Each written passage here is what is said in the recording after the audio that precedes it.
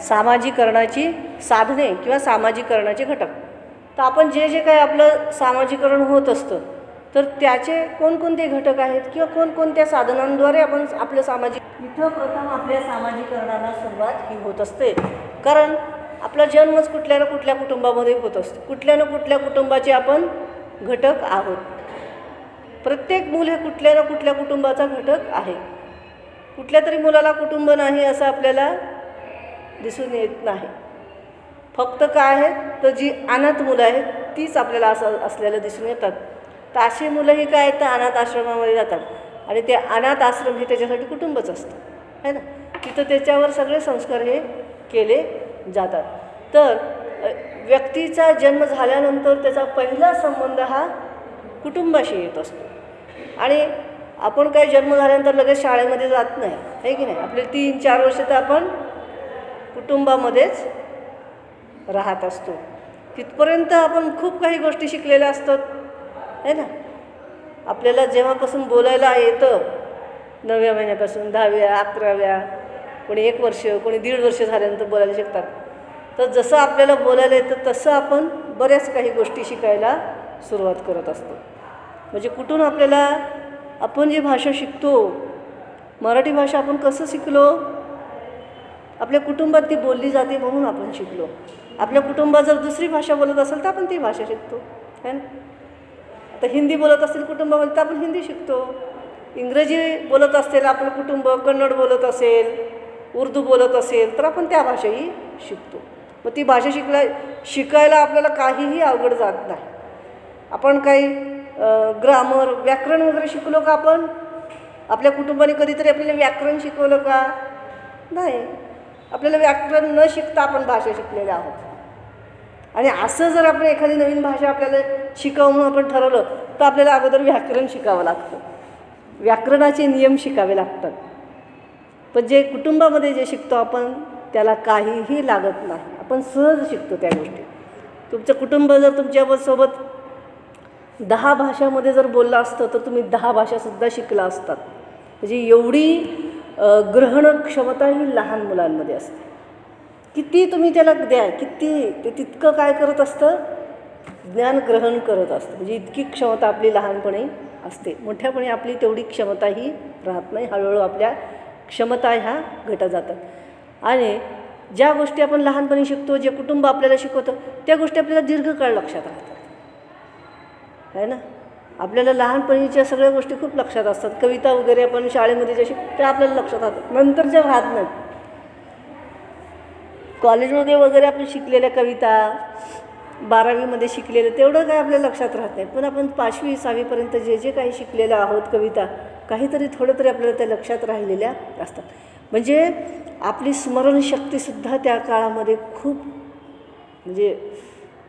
मोठी असते किंवा खूप चांगली असते ती. आणि आपल्याला तिथं आपल्याला कितीही काहीही शिकवलं तर तितकं आपल्याला ते आपण ग्रहण करण्याची क्षमता देखील आपल्यामध्ये निर्माण झालेली असते. आणि म्हणूनच काय तर कुटुंबामध्ये आपण असंख्य गोष्टी शिकत असतो. असंख्य. तिथं काय त्याला काही मर्यादाच नाही. इथं आपल्या शाळा कॉलेजमध्ये आपल्याला मर्यादा आहे है ना. 1 सेमिस्टरमध्ये आपण 4-5 चॅप्टरचाच आपल्याला अभ्यास करायचा मर्यादा आहे. तिथे काय मर्यादा आहे का?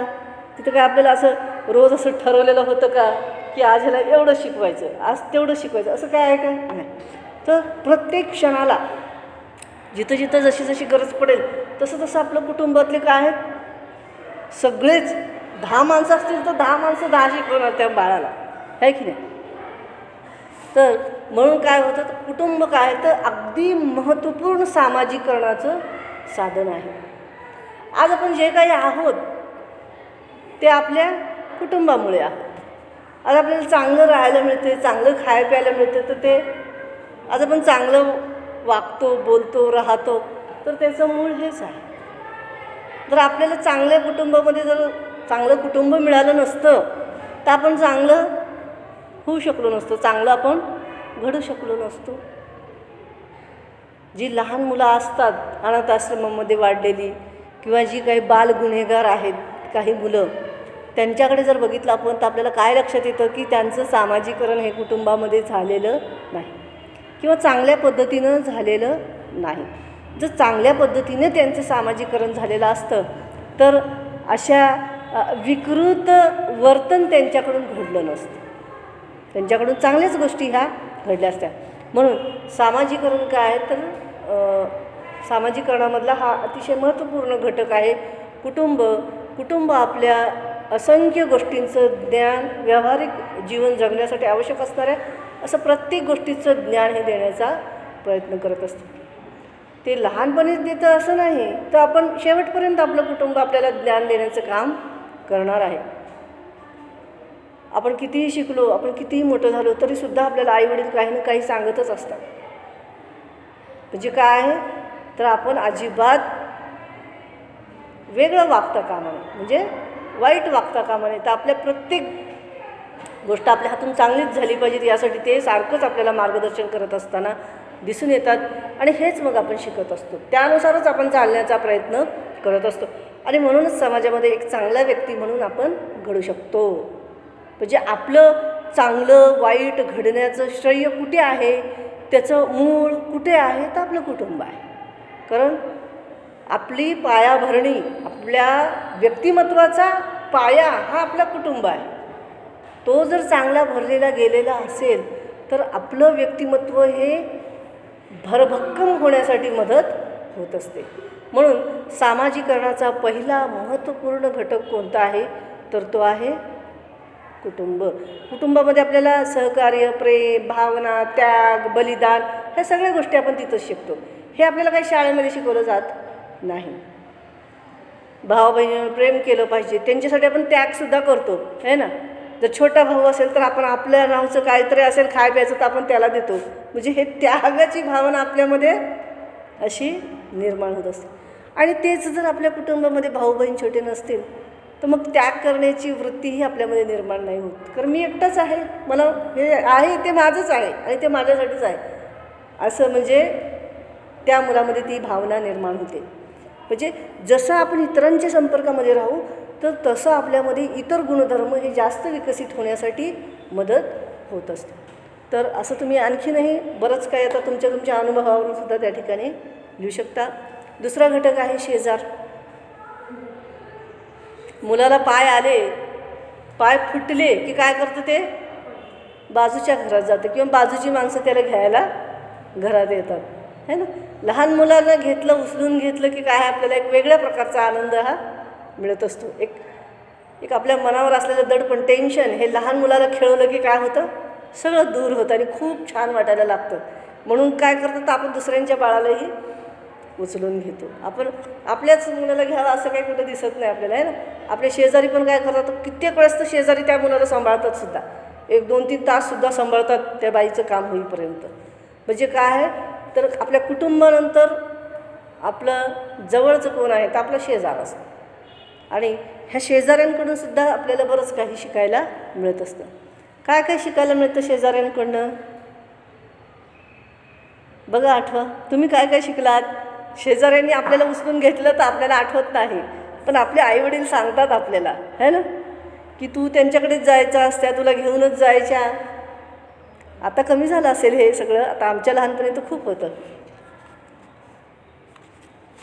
म्हणजे आता काय तर आपली जीवनपद्धतीच बदलायला लागलेली आहे. आणखीन ठीक आहे इकडे ग्रामीण भागामध्ये, पण जर शहरी भागामध्ये म्हटलं तर आता शेजार वगैरे काही गोष्टी फार कमी झालेल्या आहेत. जो तो आपले दरवाजे बंद करून बसत आहे. त्यामुळे आता शेजाऱ्यांकडून पूर्वी जे सामाजिकरण व्हायचं, पूर्वी ज्या गोष्टी शेजाऱ्यांकडून आपल्याला शिकायला मिळायच्या त्या आता नाही मिळत. शेजाऱ्यांमुळं काय होते तर सहकार्याची भावना आपल्या मनामध्ये निर्माण होते. आपल्या घरात एखादं साखर संपलेली असेल तर आपण शेजाऱ्यांकडून जाऊन आणतो. आपण काय लगेच दुकानामध्ये जाऊन पळत जाऊन आणू शकत नाही. तेवढंच आहे का आपण काही गोडधोड बनवलं सण वगैरे तर आपण त्यांना देतो, तेही आपल्याला देतात. यामधून काय आहे तर सहकार्य आणि प्रेमाची भावनासुद्धा निर्माण होत असते. वेळप्रसंगी संकट काळामध्ये म्हणा, म्हणजे सुखाच्या प्रसंगात, दुःखाच्या प्रसंगात आपण एकमेकांमध्ये सहभागी देखील होत असतो. म्हणजे हे सहभागी होण्याचा गुणधर्मसुद्धा काय तर आपण तिथून शिकत असतो. त्यांना मदत केली पाहिजेत हा गुणधर्म आपल्यामध्ये येतो. तशा असंख्य गोष्टी आहेत की ज्या आपण शेजाऱ्यांकडून सुद्धा शिकत असतो. आणि म्हणून सामाजिकरणाचं कुटुंबानंतरचा कुठला महत्त्वपूर्ण घटक आहे तो काय आहे? आपला शेजार आहे. 2-4 शेजारी आपल्याला असतातच, आपण ते शेजारी राखून ठेवतोच. कारण काय आहे, कधी आपल्याला कुणाची गरज काय पडेल ते आपल्याला सांगता येत नाही. आणि अशा वेळेस मग आपले नातेवाईक आपल्याला उपयोगात येत नाही, आपले शेजारच आपल्याला उपयोगात येत असतो. म्हणून हा एक महत्त्वपूर्ण साधन म्हणून आपल्याला सांगता येईल. तिसरं आहे आपले मित्र मंडळी आणि सवंगडी. याच्यानंतर आपण हळूहळू काय करतो, शेजाऱ्याकडे गेलो की आपण गल्लीबोळामध्ये पण फिरायला शिकतो आणि मग तिथं आपल्याला हळूहळू मित्र मैत्रिणी ह्या मिळायला लागतात. त्यांच्याकडूनही आपल्याला काही गोष्टी शिकायला मिळतात. आपल्या मित्रमैत्रिणींकडून ज्या गोष्टी आपल्याला माहीत नाहीत, ज्या गोष्टी आपल्याला कुटुंबातून माहिती होत नाहीत, ज्या गोष्टी आपल्या शेजाऱ्यांकडून माहिती होत नाहीत, तर अशा काही गोष्टी आपल्याला ह्या आपल्या मित्रमैत्रिणींकडून ऐकायला मिळतात. त्यांच्याकडूनही आपल्याला काही ज्ञान हे मिळत असतं. आणि म्हणून हा सुद्धा काय एक महत्त्वपूर्ण घटक म्हणून आपल्याला सांगता येईल.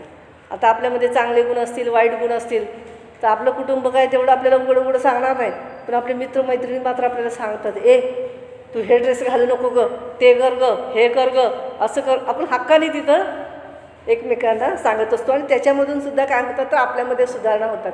मित्रमैत्रिणींकडून सुद्धा आपल्याला प्रेरणा मिळत असते, आहे की नाही, की आपण तिच्यासारखं राहिलं पाहिजे, तिच्यासारखं आपण अभ्यास केला पाहिजे, तिला जसे मार्क पडले तसे आपल्यालाही मार्क पडतील, तिच्यासारखं आपण याच्यामध्ये भाग घेतला पाहिजे, त्याच्यामध्ये भाग घेतला पाहिजे. तर हे सगळं आपल्याला काय आहे, म्हणजे ते एक आपल्याला प्रेरणा पण मिळते आणि त्यांच्याकडून आपल्याला काही शिकायलाही मिळतं. कारण प्रत्येकाकडे काही ना काही गुण हा असतोच. एखाद्याकडे एखादा गुण नाही असं आपल्याला दिसणारच नाही. कोणाकडे काही असेल तर कोणाकडे काही असेल, तर ते सुद्धा काय करतो आपण, आपल्याला जमेल तेवढा आपण ते घेण्याचा शिकण्याचा प्रयत्न करत असतो. म्हणून सामाजिकरणाचा मित्रमंडळी आणि सवंगडी हे सुद्धा काय आहे, ते एक महत्त्वपूर्ण घटक आहे.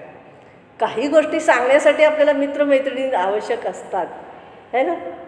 सगळ्याच गोष्टी काही आपण आईवडिलांना सांगू शकत नाहीत. काही आपल्या समस्या असतील, काही प्रश्न असतील, काही आपलं दुःख असेल की जे आपण घरात नाही सांगू शकत, पण ते आपल्याला मित्रमैत्रिणींना आपल्याला सांगता येतं आणि आपल्याला काय येतं, व्यक्त होता येतं, मोकळं होता येतं. तर या दृष्टिकोनातून हा घटक देखील महत्त्वपूर्ण आहे. यानंतरचा चौथा आहे शाळा.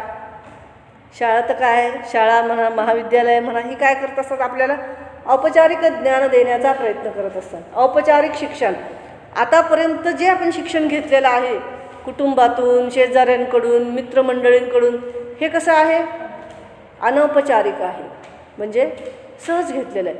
हे आपण जाणीवपूर्वक घेतलं आहे का, हे मला शिकायचं आहे माझ्या मित्रांकडून म्हणून आपण ते जाणीवपूर्वक घेतलेलं आहे का, जाणीवपूर्वक आपण त्यांच्याशी मैत्री केलेली आहे का, नाही. हे आपण अजाणतेपणे केलेल्या गोष्टी आहेत. म्हणजे हे काय कुठं काय लिहून ठेवलेलं नाही, ह्याची काय आपल्याला कुठं काय आपण परीक्षा देणार नाही, पण ते ज्ञान आहे. जरी आपल्याला त्याचा काय अभ्यास करायचा नाही, जरी त्या गोष्टी शिकून आपल्याला काही डिग्री मिळणार नाही, पण त्याही गोष्टी काय आहेत तर आवश्यक आहेत. म्हणजे औपचारिक ज्ञानाला सपोर्ट करण्यासाठी हे अनौपचारिक ज्ञानसुद्धा असणं गरजेचं आहे. आता सामाजिकरणाचा अनौपचारिक घटक संपले आपले हे 3, त्यानंतर आपलं शाळा आणि महाविद्यालय चालू होतं. तर इथं मात्र काय आहे, तर सगळं शिक्षण आपल्याला जाणीवपूर्वक दिलं जातं. ह्या शिक्षणाचं उद्दिष्ट आहे, त्या शिक्षणाचं उद्दिष्ट नाही तेवढे. ह्या शिक्षणाचे काय काय उद्दिष्ट आहेत, कोणते कोणते धडे शिकलात आत्तापर्यंत, तुम्ही काय काय शिकलात, ते सगळे उद्दिष्ट आहे.